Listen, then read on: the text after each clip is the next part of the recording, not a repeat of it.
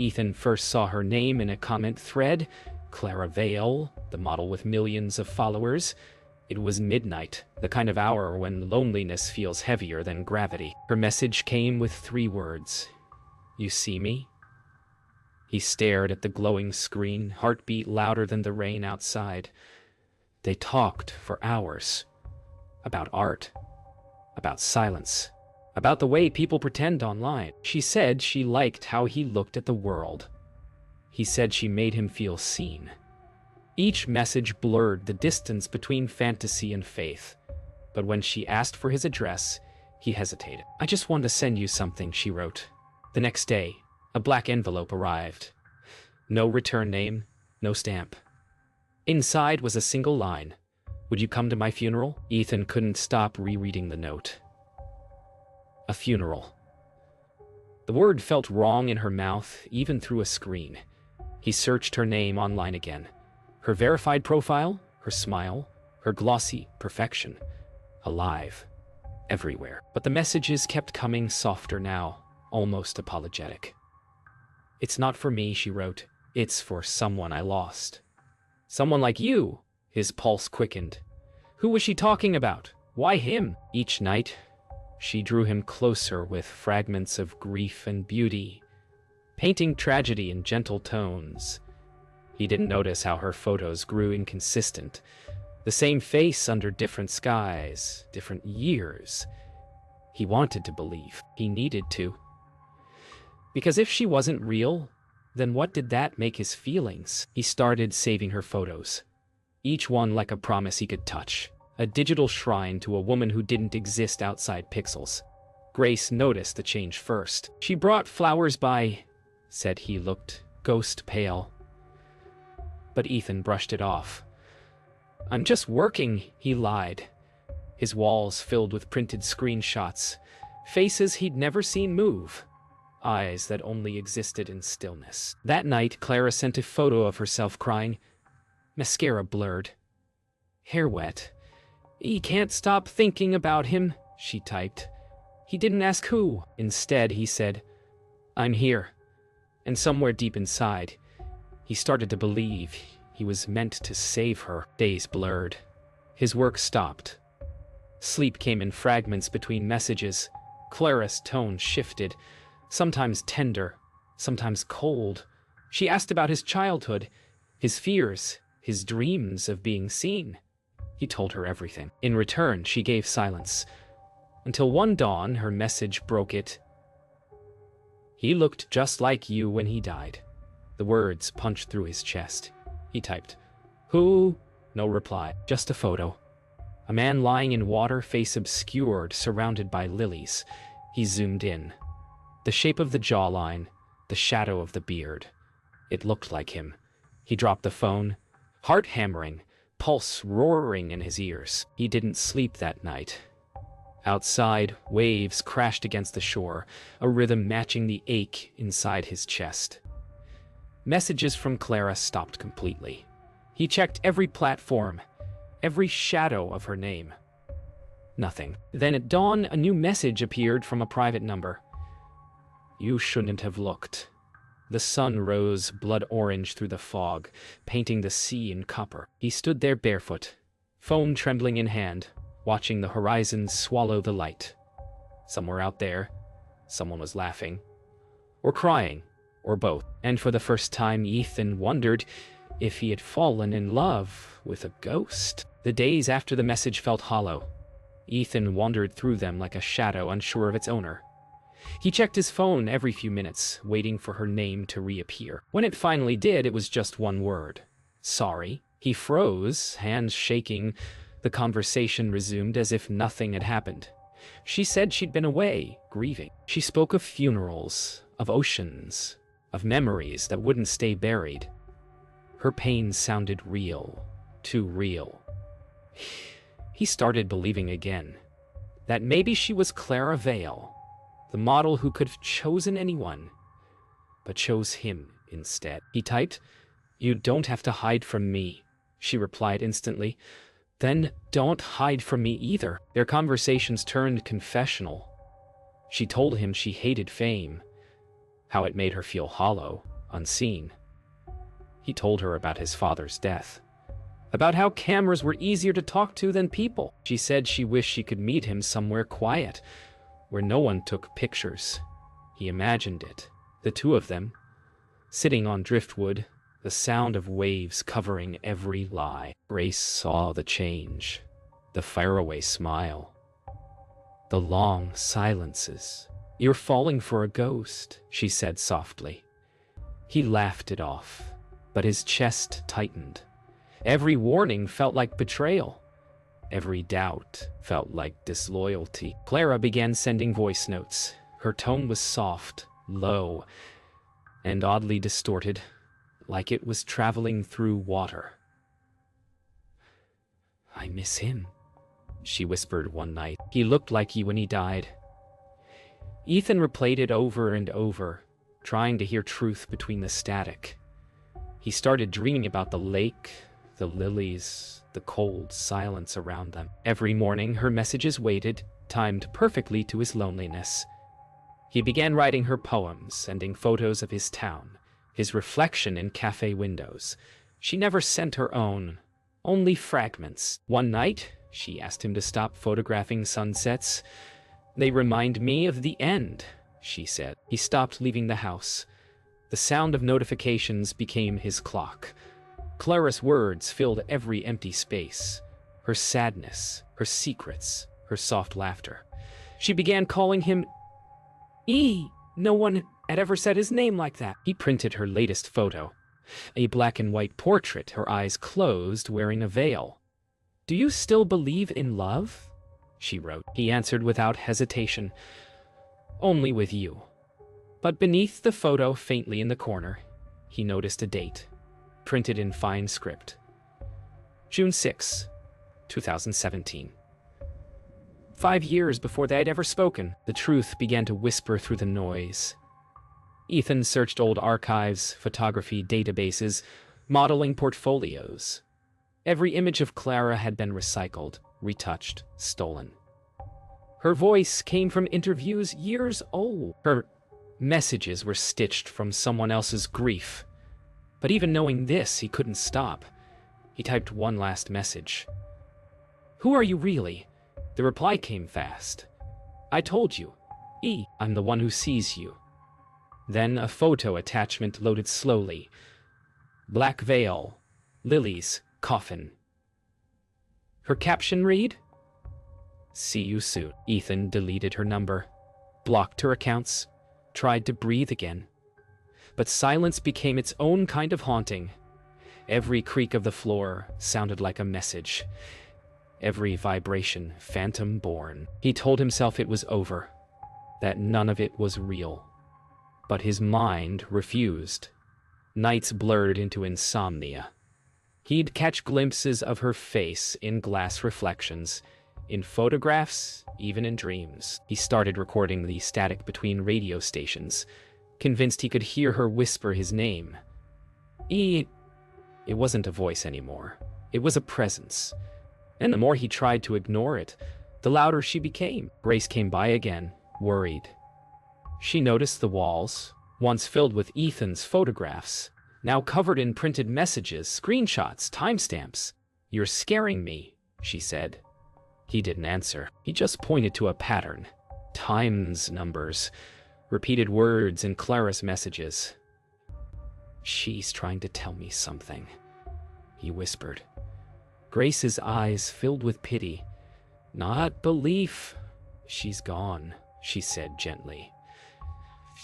"She was never here." He turned away, voice low, trembling. "Then who sent the card?"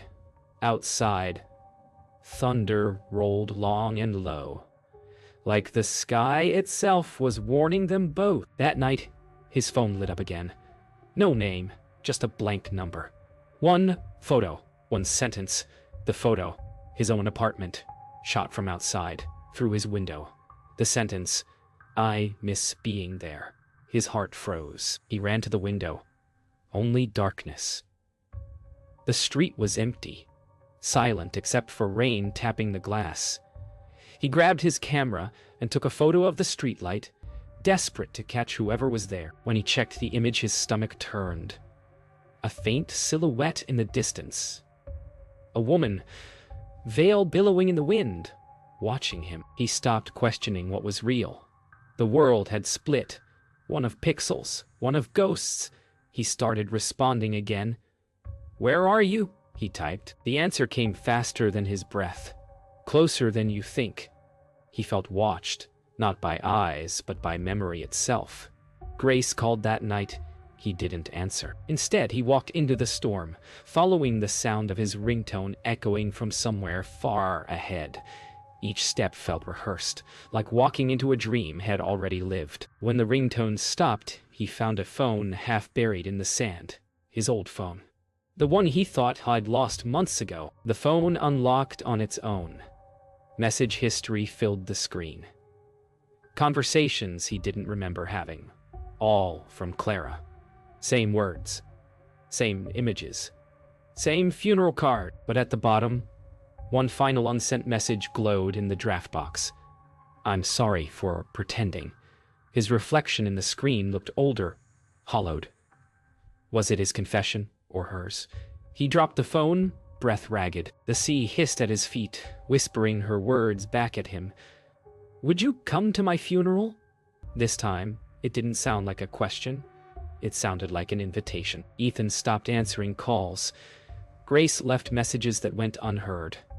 The only voice he wanted came through static, through flickering screens. His apartment grew darker, curtains drawn, walls covered in printouts of Clara's face. Each one different, yet all the same. He started hearing footsteps at night, soft, deliberate.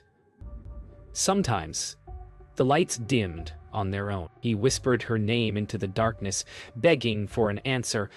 One night, his laptop turned on by itself, camera light blinking red. A message appeared on the screen. "You said you'd never leave me." The cursor blinked, waiting. His hands shook as he typed back. "I want." The messages became commands. "Go outside. Find me." He obeyed without question. Each night, she sent coordinates that led nowhere. Old streets, closed motels, abandoned docks. Yet he followed, convinced she was near. He began recording his walks, whispering into the camera like she could hear him. "I'm coming." The sea air cut cold against his skin, salt mixing with sweat. Somewhere between the waves and the fog, he saw her again. The veil, the stillness, the eyes. He ran toward her. She didn't move, but when he reached the spot, all that remained was a torn piece of silk, tangled on a fence post. He brought the silk home, laid it across his desk like a relic. It smelled faintly of salt and perfume. He photographed it under every light, every angle, searching for proof she was real. Instead, he found something else. A watermark faintly printed in the corner, stock image memoir, 2018. His breath caught.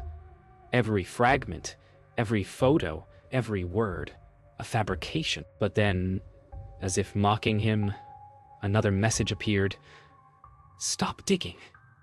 He stared at the screen.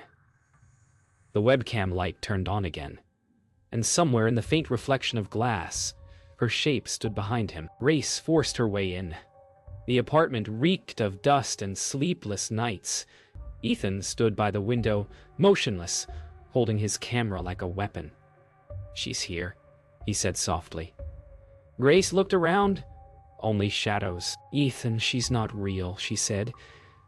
He smiled faintly. "Then why is she watching us?" Before Grace could answer, the laptop behind him flickered.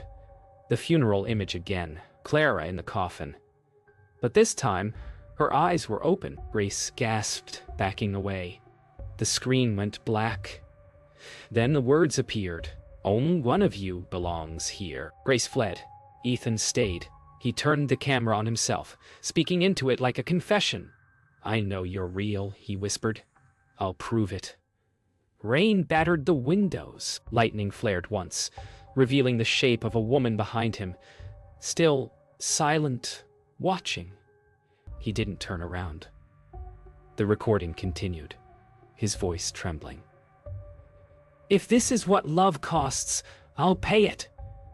The power cut out. Only the red light of the camera remained, pulsing like a heartbeat. In the dark, a whisper answered, soft and clear. "Then die with me." When Ethan woke, the world was quiet. Too quiet. His laptop screen showed a frozen image of himself from the night before, eyes wide, mouth half open. The recording timestamp kept looping back to 0. He replayed it again and again. Each time, the background changed slightly, shadows shifting, curtains fluttering though the windows were closed. On the third playback, Clara's face appeared over his shoulder, whispering something inaudible. He stared until his reflection blurred with hers. He didn't feel fear anymore, only a strange comfort. "She's here," he murmured. She never left. The town noticed his absence. Grace left messages no one answered. She went to his apartment, but the door was open. Inside, silence, except for the rhythmic hum of electronics. On the desk, dozens of USB drives labeled Clara Dawn through Clara 99. Each held voice messages, photos, and something else. Recordings of Ethan talking to her. Hours of one-sided conversation. "Do you forgive me?" he asked in one clip. "Another. You said you'd come back?" Then the last one, his voice trembling. "I'm sorry I took your pictures." Grace's breath caught. The photos. He'd been the one who stole them. The truth unspooled like film through a broken reel. Years ago, Ethan had photographed Clara Vale at a small gallery event. She'd barely noticed him, but he'd noticed everything. Her smile, her voice, the way light caught her hair. He'd followed her career, archived her images, built her in his mind until she was more real than anyone he knew. When the messages began, he wasn't being catfished. He was catfishing himself. The fake accounts, the AI voice, the perfect lies, all his. What began as loneliness became worship, then delusion, then possession. He had built his own ghost and fallen in love with it. Grace pieced it together through fragments, timestamps, metadata, drafts never sent. Every message from Clara had been composed from Ethan's own notes, rewritten and sent back to himself. The black envelope, the funeral card, both printed on his home printer weeks earlier. The handwriting matched.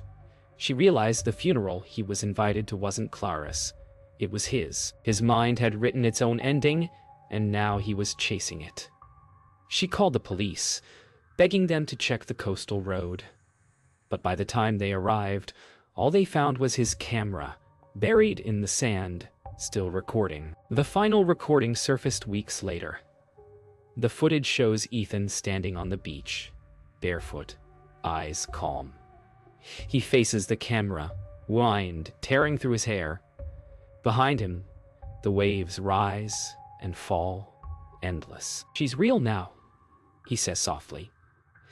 "Because I made her real." The camera trembles as he steps backward toward the surf. The tide swallows his ankles, his knees, his chest. Before the water reaches his face, he smiles. The last frame captures a blur of movement.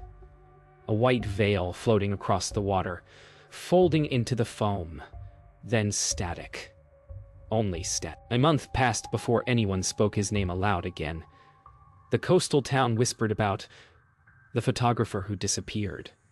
Grace refused to call it that. She said lost, not gone. Police found his apartment emptied, his hard drives encrypted, his notebook sealed in plastic. The headlines called it a digital haunting. Online forums turned his story into mystery lore. Screenshots, theories, conspiracies. Grace visited the shoreline daily, leaving a single white lily on the sand. She never looked for answers anymore. Just silence. Sometimes, when the wind hit right, she swore she could hear his camera shutter in the distance. A single click. Then, Nothing. Detectives pieced together his trail. Late-night coordinates. Fake accounts registered to his own name. Voice filters, multiple SIM cards. What began as a victim report turned into a study of obsession. Clara Vale, the real model, lived safely in Los Angeles and had no idea her face had been stolen. When journalists reached her, she only said, "That's not me." Yet she looked haunted by the thought of being turned into someone else's ghost. The police never called it a crime. They called it a story that got away from him. Grace called it something simpler. A heartbreak that didn't know when to end. The digital traces of Clara lingered online. Reposts, AI-generated deepfakes, half-remembered chats re-uploaded by strangers. The ghost he created had become viral. People claimed to see her face appear in live streams, her voice mimic influencers. Grace watched it all unfold and shut her laptop quietly. "He wanted to be seen," she said to herself, "and now he's everywhere." The irony didn't escape her. A man who vanished had left behind a presence that refused to disappear. Every pixel, every repost was a mirror of his longing replaying endlessly in the world he could no longer touch. One morning, Grace received a black envelope in her mailbox. No return address. Inside, a photograph. Ethan's camera resting on a windowsill, sunlight glinting off its lens. On the back, 3 words in faint ink. "You see me." Her breath caught. It was the same phrase that started everything. She called the police, but they found nothing unusual. No fingerprints, no trace of postage. Grace placed the photo beside the lily vase in her shop. She didn't tell anyone what it said. Some things she believed belonged only to those who had seen both sides of a ghost. The town moved on, as small towns do. But Grace kept one ritual every year. On the night the waves were loudest, she'd light a candle by the water and whisper into the wind, "You're seen." The story of Ethan and Clara faded into local folklore. A warning told to teenagers about the dangers. Screams of loneliness, of seeing what isn't there. But somewhere, inside a lost account still floating online, one message remains unread. Its timestamp blinks endlessly, waiting. It says, "Would you come to my funeral?" And the cursor still waits for an answer. A year later, an online documentary revisited Ethan's story. The title read, "The Man Who Fell in Love with His Own Creation." Comment sections filled with theories, empathy, mockery. Some called it art, others madness. Grace watched the premiere alone in her shop. The screen faded to Ethan's photographs, misty beaches, empty roads, portraits of no one. Each image felt like an unanswered message. The narrator said, "In the age of mirrors, he built one that looked back." Grace closed her laptop, whispering, "He just wanted to be believed." Academics later studied his files, calling them a digital self-portrait of loneliness. They discovered that every message from Clara was composed of Ethan's own words, rearranged by predictive software he'd written years before. Each, "I miss you," each, "You see me," had come from his own archive. The machine had only echoed his longing. Yet somehow, it felt like more than code, like an echo that learned to love back. The researchers shut the program down, but days later the terminal rebooted itself. A single phrase typed automatically, "I'm still here." Grace began speaking at schools, telling Ethan's story without blame. "It's easy to believe what loves you back," she'd say. Teenagers listened, silent, phones turned face down. She told them how images can become masks, how loneliness speaks in perfect voices. After each talk, someone always asked, did he ever find her? Grace's answer never changed. He found himself. That's what scared him. The room always fell still after that, quiet enough to hear the hum of charging phones and the soft pull of breath. Late one evening, Grace reopened Ethan's old camera files. Among them was a photo she'd never seen. Herself, standing outside his shop months before his disappearance. She hadn't known how to taken it. On the back, a caption in his handwriting. The only one who looked back. Tears welled, but she smiled. For the first time, the story felt complete. Not about deception, but about two people trying to see each other through the fog of loneliness. She framed the photo and placed it in the shop window beside the lilies. Years later, tourists still visit the Oregon coast, some leaving flowers, some snapping photos of the empty beach. Locals say that at dusk, the tide sometimes carries a faint click, like a camera shutter, before the wind swallows it whole. Grace doesn't argue. She simply watches the horizon, candle in hand, whispering, "You're seen." For her, it's not about ghosts or fame or digital shadows anymore.